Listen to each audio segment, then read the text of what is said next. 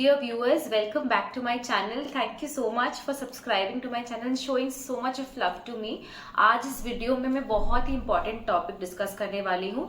जब हम बच्चों के लिए दवाई खरीदते हैं, उसको घर में लाके रखते हैं, स्टोर करते हैं, देन उनको देते हैं, इस पूरे प्रोसेस में ऐसे कौन सी खास चीजें हैं या सावधानी है जो हमें ऑब्जर्व करना चाहिए ताकि इन दवाइयों का 100% बेनिफिट हमारे बच्चों को मिले।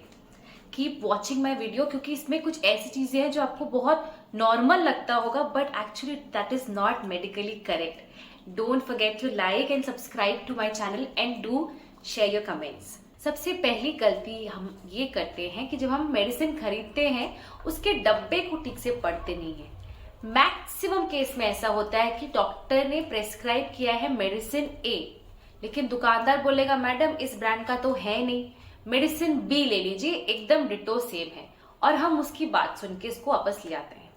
हमें उस पॉइंट पे क्या करना चाहिए? हमें डब्बे को ठीक से एग्जामिन करना चाहिए। इसमें हमें जानना चाहिए कि कॉम्पोजिशन सेम है कि नहीं ए और बी के बीच में। इसको कैसे जानेंगे आप? हम डॉक्टर्स या फार्मासिस्ट तो है नहीं। आप कोई भी रेप्यूटेड ऑनलाइन साइट्स जो मेडिसिन देती हैं जैसे कि 1mg या फार्मेसी में जाइए, वहां पर सर्च कीजिए जो डॉक्टर ने आपको मेडिसिन प्रिस्क्राइब किया है मेडिसिन ए, उसके बारे में बहुत क्लियरली पॉइंट आउट कर देगा कि इस मेडिसिन का कॉम्पोजिशन ये है। वो आप कंपेयर कीजिए मेडिसिन बी के साथ बाय रीडिंग उसका जो बॉक्स है। जैसे कि इस मेडिसिन में साइड में कॉम्पोजिशन लिखा हुआ है, तो कॉम्पोजिशन में सॉल्ट 1 में इतना ग्राम होना चाहिए, इतना, ये आपको पूरा पॉइंट टू पॉइंट आपको चेक करना है। अगर सही है then know that's the right medicine. अगर कोई भी एक इंग्रेडिएंट या फिर उसका वॉल्यूम डिफरेंट है तो please consult your doctor and confirm from him. Second चीज जो हमें ध्यान देना चाहिए डब्बे पे वो है expiry date. Expiry date generally डब्बे के नीचे या ऊपर वाले पोर्शन में प्रिंटेड होता है, तो इसमें आपको देखना है जो डेट ऑफ एक्सपायरी है वो कहीं चला तो नहीं गया, मेडिसिन एक्सपायर्ड तो नहीं है, या फिर अगले 1 महीने में 2 महीने में एक्सपायर होने वाली है। तो इन बोथ द केसेस आप दुकानदार को बोलिए प्लीज आप मेडिसिन चेंज करके मुझे नया मेडिसिन दीजिए जिसमें एक्सपायरी डेट और लंबी हो। नंबर 3, मेडिसिन बॉक्स में 2 और चीजें हमेशा मेंशन होती हैं। एक है डोसेज, दूसरा है डायरेक्शन फॉर यूज।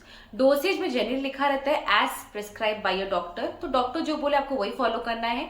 सेकेंड जो है आपका डायरेक्शन फॉर यूज, कई बार क्या होता है डॉक्टर्स वो बोलना भूल जाते हैं, तो उस पर्टिकुलर मेडिसिन को किस तरीके से आपको यूज करना है वो डायरेक्शन फॉर यूज पढ़ के आप बहुत क्लियरली समझ सकते हैं। अब दवाई खरीदने के बाद स्टेप होता है कि बच्चे को मेडिसिन देना है। बच्चे को मेडिसिन देते वक्त आपको 2 बहुत इंपॉर्टेंट फैक्टर्स का ध्यान रखना है। सबसे पहला है डोज, कितना डोज देना है उसको, और दिन में कितनी बार और कब कब देना है, दैट इज शेड्यूल।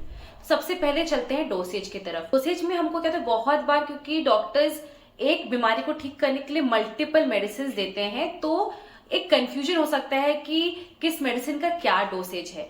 तो इसके लिए मैं एक स्ट्रैटेजी यूज करती हूँ। मैं फार्मासिस्ट वाले भैया को बोल देती हूँ कि आप मेडिसिन के डब्बे पे ही मुझे लिख दीजिए कि इसका डोसेज कितना है, और जितनी बार भी देना है उसको दिन में उतनी बार आप सर्कल बना दीजिए कब कब देना है, सुबह या दोपहर को या शाम को। तो this solves my problem of confusion कि किस मेडिसिन को कितने डोसेज में देना है, कब देना है। डोसेज में नेक्स्ट पॉइंट ये है कि सपोज आपने कोई मेडिसिन लिया था बच्चे को, जैसे पैरास्टामोल फॉर एग्जांपल, बुखार की मेडिसिन आपने जब लिया था, बच्चा 4 महीने का था एंड उसका डोसेज सपोज 5 ml था। अब बच्चा हो गया है 7 महीने का, आपको कंफ्यूजन है कि डोसेज उतना है देना है कि रिवाइज हो गए। एज पर मेडिकल साइंस बच्चे का वेट जैसे जैसे बढ़ता है मेडिसिन का डोसेज भी उस तरीके से बढ़ता है उनके वेट के हिसाब से। तो जो लेटेस्ट डोसेज है आपको वो डॉक्टर से कंफर्म कराना है age appropriate for the weight of the baby. अब सही डोसेज आप बच्चे को कैसे देंगे? डॉक्टर्स बोलते हैं कि आप या तो ड्रॉपर यूज कीजिए या फिर वो जो मेडिसिन के ऊपर मेजरिंग कैप होता है उससे आप बच्चे को मेडिसिन दीजिए। यहाँ पर हम गलती क्या करते हैं, हम जाके ऑनलाइन पढ़ते हैं कि हाँ 5 ml is equivalent to 3 teaspoon medicine, तो हम टीस्पून में बच्चे को मेडिसिन देने लगते हैं। बट क्या आपको पता है हर एक टीस्पून का मेजरमेंट सही नहीं होता। हो सकता है आपके घर में जो टीस्पून है उसमें 3 teaspoon is more than 5 ml and that can be very dangerous for the baby. इसीलिए अगर आपको स्पून में उसको देना भी है तो पहले मेजरिंग कैप से या फिर ड्रॉपर से उसको मेजर कीजिए, उसको स्पून में ट्रांसफर कीजिए एंड देन बेबी को वो मेडिसिन फीड करिए। कुछ मेडिसिन जैसे कि जहां डॉक्टर्स बोलते हैं कि इतने नंबर ऑफ ड्रॉप्स आपको देना है, तो उसको अगर आप ड्रॉपर से देंगे तो there is a high chance कि ओवर डोसेज हो सकता है। तो उसमें आपको क्या करना है, द ट्रिक इज उतने नंबर ऑफ ट्रिप्स आप किसी एक छोटे से टीस्पून में ट्रांसफर कर लीजिए and then feed the baby. अब बारी आती है शेड्यूल की।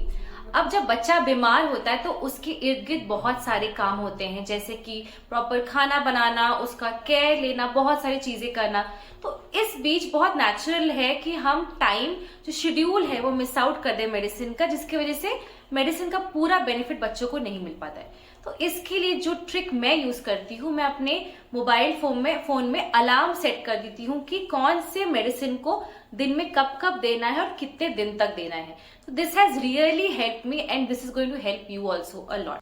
बहुत बार शेड्यूल में ये मेंशन होता है कि बच्चे को खाना खाने से पहले मेडिसिन देना है या खाना खाने के बाद। ये याद रखना भी बहुत मुश्किल होता है। तो मैंने इसके लिए क्या किया, जब भी मेरा अलार्म मुझे शो करता है कि एक्स मेडिसिन देने का टाइम हो गया, तो मैंने एक टाइम टेबल बना रखा है अपने फ्रिज में, मैग्नेट के साथ उसको लगा रखा है। तो I just go back to that list, एक बार देख लेती हूँ कि इसको खाने से पहले देना है या खाना खाने के बाद, एंड आई फॉलो दैट। अब नेक्स्ट पॉइंट है कि मेडिसिन 2 फॉर्म्स में आते हैं, या तो सोल्यूशन यानी कि जिसमें आपको ऊपर से कुछ ऐड नहीं करना होता है, जैसा है वैसे आपको देना होता है बेबी को। सेकेंड है सस्पेंशन।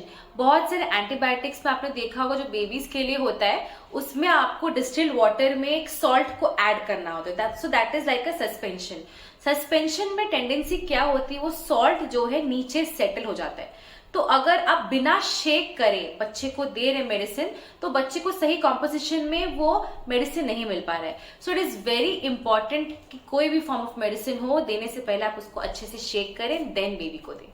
नेक्स्ट गलती हम क्या करते हैं बहुत बार कि मेडिसिन कड़वी होती है जिसकी वजह से बच्चे मेडिसिन नहीं लेते हैं, तो हम उसको मिक्स कर देते हैं किसी स्वीट जूस में या फिर पानी के साथ। इसमें क्या प्रॉब्लम है कि अगर बहुत ज्यादा क्वांटिटी ऑफ वाटर या जूस होगा तो मेडिसिन डाइल्यूट हो जाता है एंड बच्चा पूरा जूस नहीं पिएगा तो उसको पूरा डोसेज मिल भी नहीं पाता है। अगर आपको देना ही है तो फर्स्ट स्टेप इज आप अपने डॉक्टर से कंसल्ट कीजिए एंड पूछिए कि किस तरीके से इस मेडिसिन को डाइल्यूट करके हम बेबी को दे सकते हैं कि वो बहुत आसानी से इसको ले सके, उल्टी ना करे। अब जानते हैं मेडिसिन को स्टोर कैसे करते हैं। बहुत बार हम ये गलती करते हैं कि मेडिसिन को कहीं विंडो के पास रख देते हैं या फिर फ्रिज के अंदर रख देते हैं, जिसकी वजह से मेडिसिन का इफेक्टिवनेस कम हो जाता है।